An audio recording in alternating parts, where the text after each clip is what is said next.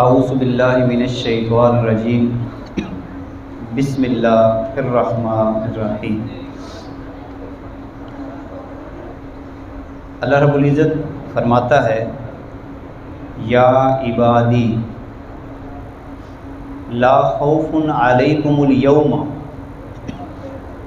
ولا انتم تحزنون الذین آمنوا بآیاتنا وکانوا مسلمین ادخلوا الجنۃ انتم وازواجکم تحبرون یطاف علیہم بصحاف من ذہب واکواب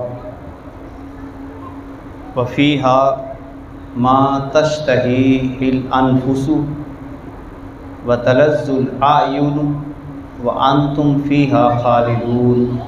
صدق اللہ العظیم۔ آج کی آیات گزشتہ آیہ مبارکہ جس کی تفصیل ہم نے آخر میں پڑھی، دوستی کے حوالے سے اصول بھی ہم نے گزشتہ جمعہ مبارک کی تفسیر کے آخر میں پڑھے۔ قیامت کے دن کے حوالے سے ہی اللہ تعالیٰ ایسے بندوں کو جن کی دنیا میں دوستی تعلق تقوی کی بنیاد پر ہوگا، اللہ تعالیٰ کی رضا کی بنیاد پر ہوگا، اللہ تعالیٰ ان کو ایک جملہ ارشاد فرمائے گا۔ ایک بات تو پہلے اللہ نے کر دی کہ قیامت کے دن یہ متقی بیلی قیامت کے دن بھی بیلی ہوں گے۔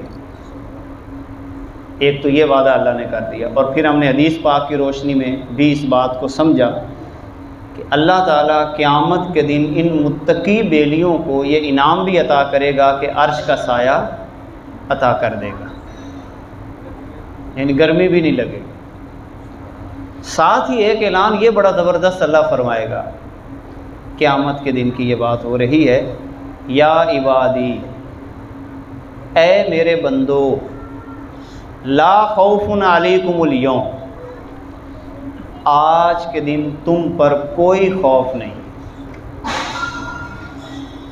یعنی خوف ہی ختم کر دے گا۔ حالانکہ قیامت کا خوف کتنا ہوگا، کتنا خوف ہوگا قیامت کا، مگر کمال ہے ان لوگوں کا جنہوں نے دنیا میں تقوی کی بنیاد پر زندگی گزاری۔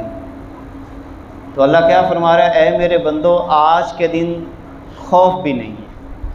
اچھا، اب قیامت چل رہی ہے نا ابھی، تو وقتی خوف اللہ تعالیٰ ختم کر دے گا، یعنی ڈرو نہیں، تمہارے اوپر کوئی خوف نہیں۔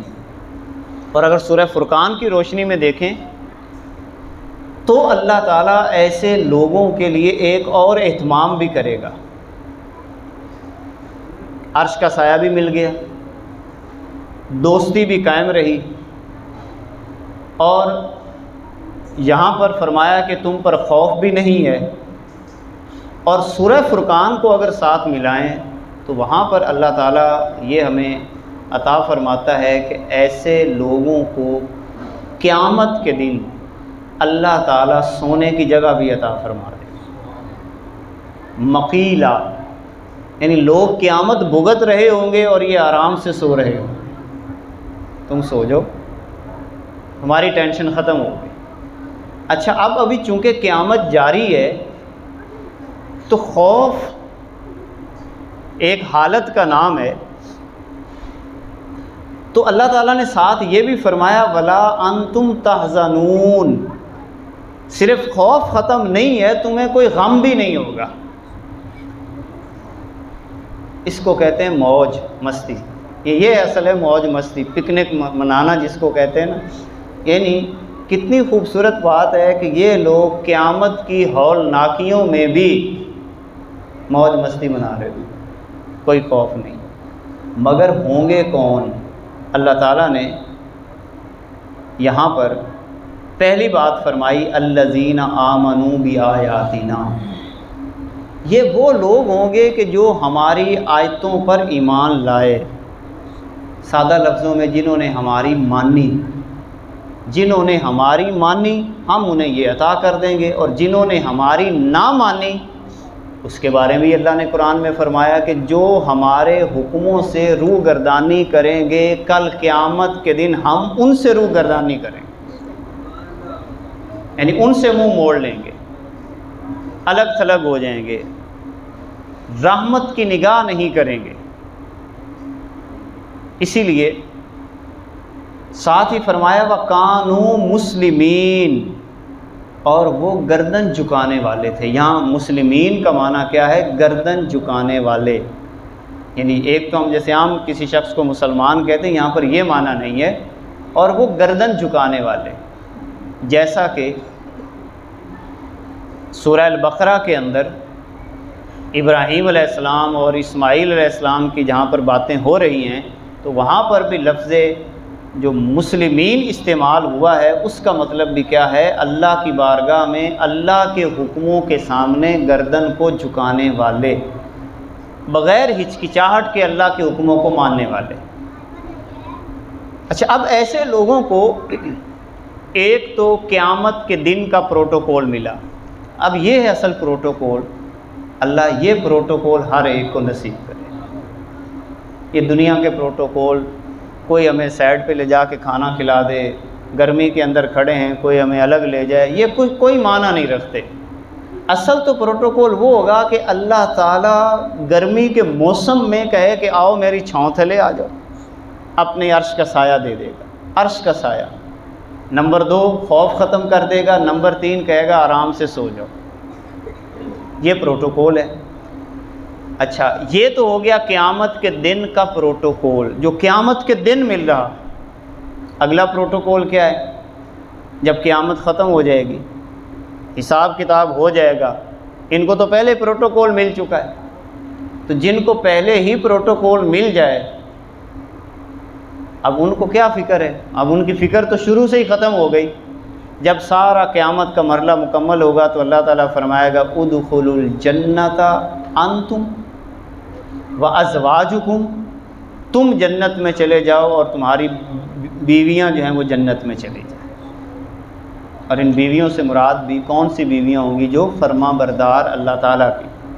اور اگر ازواج بمعنی جوڑا لیا جائے یا اس کی دوسری تفصیل لی جائے تو مطلب کیا ہوگا کہ تم اور تمہارے ساتھی یعنی جوڑے وہ سارے کے سارے کدھر چلے جائیں؟ جنت میں چلے جائیں۔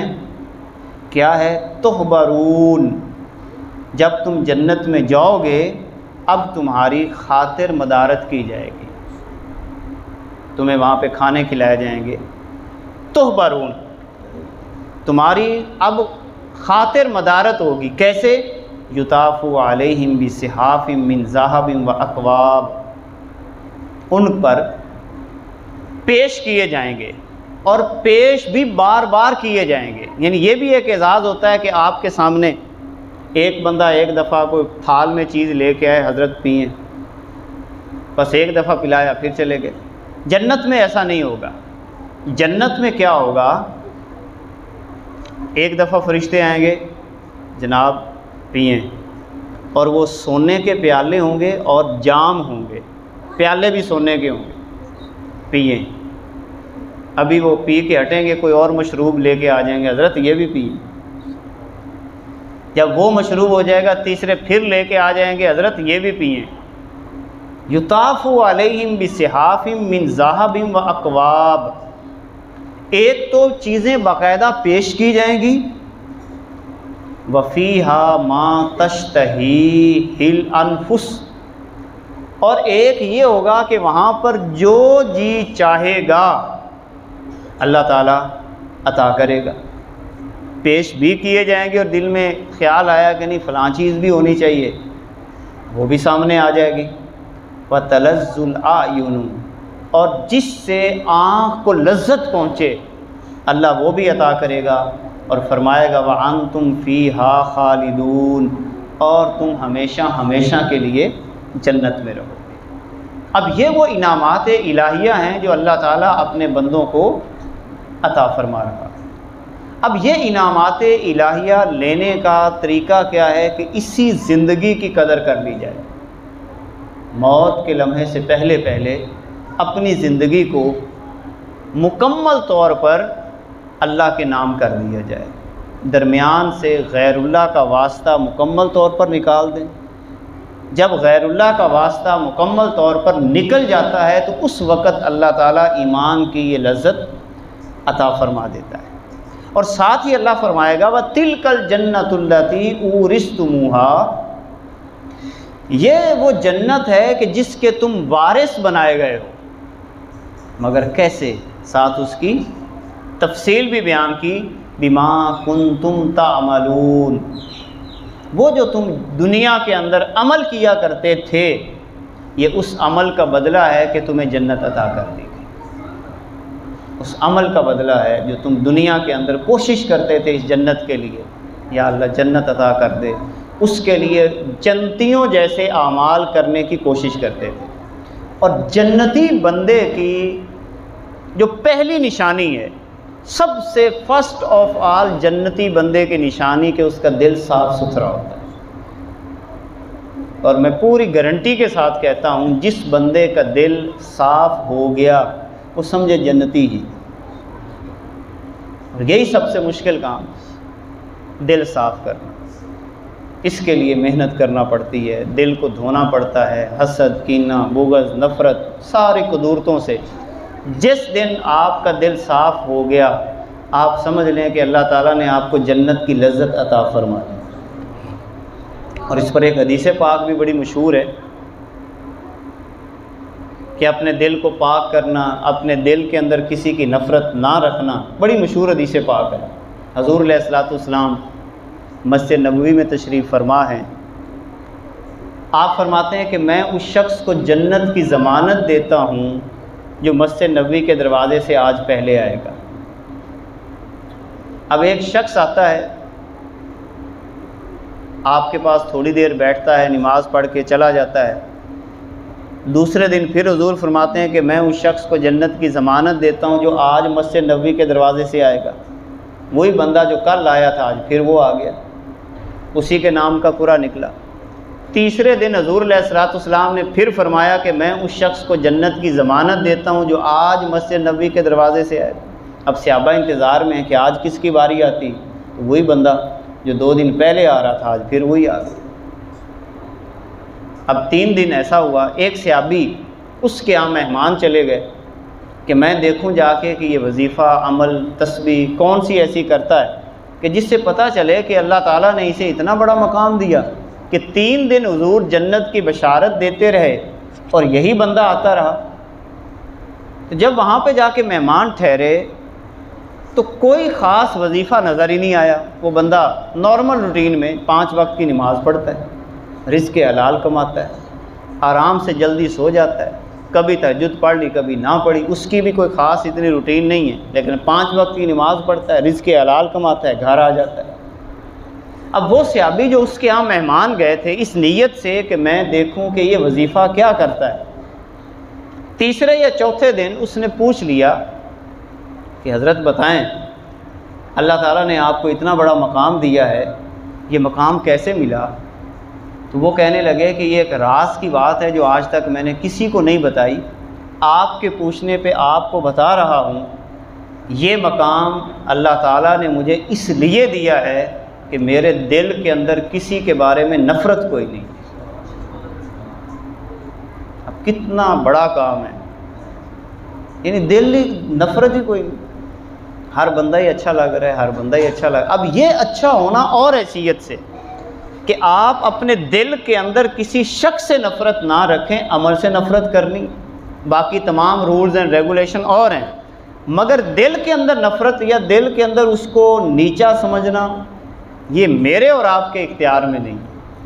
اب اس حوالے سے اللہ تعالیٰ فرماتا ہے کہ یہ جنت تمہیں اس لیے دی گئی کہ تم عمل کرتے تھے، لکم فیہا فاکہہ، اب اس میں تمہارے لیے میوے بھی ہیں، کثیرتن، کثیر میوے، منہا تاکلون، جس سے تم کھاؤ گے۔ اب ساتھ ہی دوسری ڈائریکشن بھی اللہ نے بتا دی، ان المجرمین فی عذاب جہنم خالدون، بے شک مجرم لوگ جہنم کے عذاب میں ہمیشہ رہیں گے، ولا یفتر عنہم وہم فیہ مبلسون، اور وہ عذاب ان پر ہلکا بھی نہیں کیا جائے گا اور وہ نا امید ہو کر جہنم کے اندر پڑے رہیں گے۔ اور ساتھ ہی اللہ نے بتایا کہ یہ ہمارا کوئی قصور نہیں ہے کہ ہم نے انہیں جہنم میں بھیجا ہے، وما ظلمناہم، ہم نے ان پہ ظلم نہیں کیا، ولیکن کانوا ھم الظالمین، لیکن یہ خود ہی ظالم تھے۔ دنیا کے اندر انہوں نے ظلم چھوڑا نہیں، ہر طرح کا انہوں نے ظلم کیا، اس لیے میں نے آج انہیں جہنم کے اندر ڈال دیا۔ وَنَادَوْا یا مالک لِيَقْضِيَ عَلَيْنَا رَبُّكَ قَالَ إِنَّكُمْ مَاكِثُونَ لَقَدْ جِئْنَاكُمْ بِالْحَقِّ وَلَكِنَّ أَكْثَرَكُمْ لِلْحَقِّ كَارِهُونَ۔ یہ جہنمیوں کے ساتھ ایک مکالمہ ہے جو بڑی اہمیت کا حامل ہے، اور اللہ تعالیٰ نے یہ مکالمہ گفتگو ہمارے سمجھنے کے لیے ہمیں بیان کر دی ہے۔ اب ہوگا کیا کہ یہ پکاریں گے جہنمی یا مالک، مالک سے مراد یہاں پہ داروغہ، جہنم کے دروازے کا چوکیدار۔ اب یہ جہنمی کہیں گے او مالک، لیقضی علینا ربک، اے مالک تیرا رب ہمیں ختم کیوں نہیں کرتا؟ یعنی جب جہنم کی ہولناکی آئے گی، گرمی کی شدت ہوگی، جلیں گے، جلد دوبارہ اسی طرح ہو جائے گی جیسا کہ روایات کے اندر آتا ہے، جلد ایک دفعہ ختم ہوگی، دوبارہ پھر اللہ چڑھا دے گا۔ پیاس لگے گی، اللہ تعالیٰ پیپ پلائے گا، کھولتا ہوا پانی پلائے گا۔ شدت کی جب گرمی ہوگی تو یہ آوازیں لگائیں گے کہ اس عذاب سے بہتر ہے کہ اے مالک، اے جہنم کے داروغے، تیرا رب ہمیں ختم کیوں نہیں کر دیتا، ہمارا نام و نشانی مٹا دے۔ قال، وہ آگے سے کہے گا جہنم کا داروغہ، انکم ماکثون، اب تمہیں اسی طرح ہی رہنا ہے۔ کیوں؟ وجہ بھی ساتھ بیان کی، لقد جئناکم بالحق، ہم تمہارے پاس حق لے کر آئے نہیں تھے، ہم تمہارے پاس حق لے کر آئے، ولیکن اکثرکم للحق کارہون، مگر تم میں اکثر لوگوں کو حق ناگوار گزرتا تھا، حق کی بات تمہیں اچھی نہیں لگتی تھی۔ آج بھی دیکھ لیں، حق بات ہمیں بہت کم اچھی لگتی ہے، کیوں نہ ایسا کیا جائے یہ جملہ جو قیامت کے دن معاذ اللہ ثم معاذ اللہ اعلیٰ یاذ باللہ، اللہ تعالیٰ ہمیں جہنم کی آگ سے بچائے، اللہ تعالیٰ اس جملے سے بھی بچائے، کہیں قیامت کے دن یہ جملہ ہی نہ سننا پڑ جائے، اللہ اکبر، کہ فرشتہ کہہ رہا ہو کہ تمہیں حق تو اچھا نہیں لگتا تھا، تو کیوں نہ ایسا کریں کہ ہمیں حق پسند ہو، حق کی بات کریں اور ڈنکے کی چوٹ پہ کریں۔ یعنی موت تو، یعنی جتنا مرضی موت سے بھاگ لیں، جو اللہ تعالیٰ فرماتا ہے جتنا مرضی موت سے بھاگ، بروج مشیدہ میں چلے جاؤ، یعنی مضبوط قلعوں کے اندر بند ہو کے بھی بیٹھ جاؤ تو موت تو تمہیں وہاں پر بھی آ جانی ہے۔ تو بھائی جتنی سانسیں ہیں اللہ تعالیٰ نے عطا کی ہیں، زبان سے حق بولیں، حق بات کریں، حق انداز کے ساتھ آگے بڑھیں، تو یقیناً اللہ تعالیٰ جو ہے وہ ہمیں اپنی نعمتیں عطا فرمائے گا۔ فرمایا دنیا کے اندر تو تمہیں حق ناگوار گزرتا تھا، ابرموا امرا فإنا مبرمون، کیا انہوں نے اپنے خیال میں کوئی کام پکا کر لیا تھا؟ اب اس کا مطلب کیا ہے؟ اس کا مطلب یہ ہے کہ کفار مکہ نے جو دنیا کے اندر نبی کریم صلی اللہ علیہ وسلم کا انکار کیا اور اپنا کام پکا کر لیا تھا، فإنا مبرمون، تو ہم بھی اپنا کام پھر پکا کرنے والے۔ کیا مطلب؟ جیسے ایک محاورہ بولا جاتا ہے، ایسے کو تیسا۔ اللہ تعالیٰ فرما رہا ہے کہ جیسے تم نے کیا آج ہم بھی تمہارے ساتھ ایسا کریں۔ تم نے دنیا کے اندر لوگوں کا مذاق اڑایا، آج ہم بھی تمہارا مذاق اڑائیں، سیم ہوگا۔ بلکہ ایک روایت کے اندر آتا ہے کہ جو لوگ دنیا کے اندر لوگوں کا مذاق اڑاتے ہیں، طنز کرتے ہیں، ذلیل کرتے ہیں، ہمارے ہاں بہت سارے لوگ بلا کے بھی ذلیل کرتے ہیں، طنز کرتے ہیں، غریب لوگوں کا طنز کر دیا، ویسے مذاق اڑا دیا، اللہ تعالیٰ قیامت کے دن مذاق اڑانے والوں کا انجام بھی مذاق کے ساتھ کرے گا۔ فرمایا کہ انہیں سب سے پہلے تو جہنم میں پھینکے گا، جہنم میں ڈالنے کے بعد اللہ تعالیٰ کہے گا کہ جنت کا دروازہ کھول دو، جنت کا دروازہ کھول دیا جائے گا، اور ان کو کہا جائے گا کہ اللہ تمہیں جنت کی طرف بلا رہا ہے۔ اب یہ بڑے خوشی خوشی بھاگیں گے کہ چلو جان چھوٹ گئی۔ جیسے ہی جنت کے دروازے پہ پہنچیں گے، اللہ تعالیٰ جنت کا دروازہ بند کروا دے گا اور انہیں دوبارہ گھسیٹ کر جہنم میں پھینکے گا اور فرمائے گا تم نے دنیا کے اندر میرے بندوں کے ساتھ مذاق کیا تھا نا، آج میں تمہارے ساتھ ایسا کروں۔ لہذا کسی کی توہین نہ کریں، اللہ تعالیٰ کو کسی کی توہین پسند نہیں ہے۔ کسی کی بے عزتی کرنا، اس کے اوپر طنز کرنا، ایسے رویے اختیار نہ کیے جائیں۔ فرمایا کہ انہوں نے کام پکا کر لیا تو ہم بھی اپنا کام پکا کرنے والے ہیں۔ ہم یحسبون انا لا نسمع سرهم، یہ کس گھمنڈ میں ہیں کہ کیا ہم نے ان کی باتیں جو یہ آہستہ آہستہ ایک دوسرے کے ساتھ کرتے تھے، کیا ہم نے ان کی باتیں نہیں سنی؟ ان کے غلط منصوبے، غلط کاروائیاں، ہم نے ان کی وہ کاروائیاں نہیں سنی؟ وَنَجْوَاهُمْ، اور یہ جو آپس میں مشاورتیں کیا کرتے تھے رسول اللہ کے خلاف صلی اللہ علیہ وسلم، دین کے خلاف، قرآن کے خلاف، یہ جو آپس میں ہلکی ہلکی مشاورتیں کیا کرتے تھے، انہوں نے کیا سمجھ رکھا ہے کہ ہم نے ان کو سنا نہیں ہے؟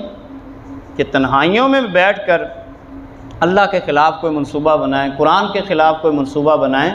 ہم سنتے ہیں، بلا ورسولنا لدیہم یکتبون، خبردار کیوں نہیں، ہمارے فرشتے ان کے جو پاس بیٹھے ہیں وہ ساری کی ساری باتیں لکھ رہے ہیں۔ جو فرشتے ہمارے ان کے پاس بیٹھے ہیں وہ ساری کی ساری باتیں لکھ رہے ہیں۔ یہ کوئی بھی منصوبہ بناتے ہیں، کوئی ان کی کارستانی ہوتی ہے، اللہ تعالیٰ کی بارگاہ میں اس کی رپورٹ ضرور پہنچتی ہے۔ اللہ تعالیٰ ہمیں جنتیوں کے اعمال کرنے کی توفیق عطا فرمائے اور جہنمیوں کے اعمال سے محفوظ فرمائے، نیک لوگوں کی صحبت عطا فرمائے۔ وآخر دعوانا ان الحمدللہ رب العالمین۔ بسم اللہ الرحمن الرحیم۔ اللہم صلی علی سیدنا و حبیبنا محمد مبارک وسلم وصلی علیہ۔ اے پیارے اللہ کریم، قبول فرما، غلطیوں کوتاہیوں سے درگزر فرما۔ اے اللہ، ہم تیرے کمزور بندے، سیاہکار بندے، جہنم کی آگ سے پناہ مانگتے ہیں۔ اے اللہ، اے اللہ، عذاب قبر سے پناہ مانگتے ہیں، قیامت کی ہولناکیوں سے پناہ مانگتے ہیں۔ اے اللہ، اپنے عرش کا سایہ عطا کر دینا۔ اے اللہ، عرش کا سایہ عطا کر دینا۔ اے اللہ، قیامت کے دن کا جو پروٹوکول تو نے اپنے بندوں کو عطا کرنا ہے، ہمیں بھی اس کھاتے میں ڈال دینا۔ اے اللہ، اس دنیا میں بھی تو ہم سے راضی ہو جا۔ اے اللہ، اس دنیا میں بھی راضی ہو جا، قبر میں بھی راضی رہنا، میدان معاشر میں بھی راضی رہنا۔ اے اللہ، ہم تیری رضا کے طلبگار ہیں۔ اے اللہ، عطا فرما۔ اے پیارے اللہ کریم، نیک لوگوں کی صحبت عطا فرما، گھمنڈ سے، غرور سے، وڈیائی سے، تکبر سے محفوظ فرما، حسد، کینے کی بیماریوں سے محفوظ فرما۔ ہم سب کو، اے اللہ، ہم سب کو جتنے دل میں تڑپ لیے بیٹھے ہیں، عشق و مستی سے مدینہ پاک کی گلیاں نصیب فرما۔ اے اللہ، مدینہ کا منگتا بنا، مدینہ منورہ کی بہاریں نصیب فرما۔ صلی اللہ تعالی علی حبیبہ و آلہ و صحبہ اجمعین۔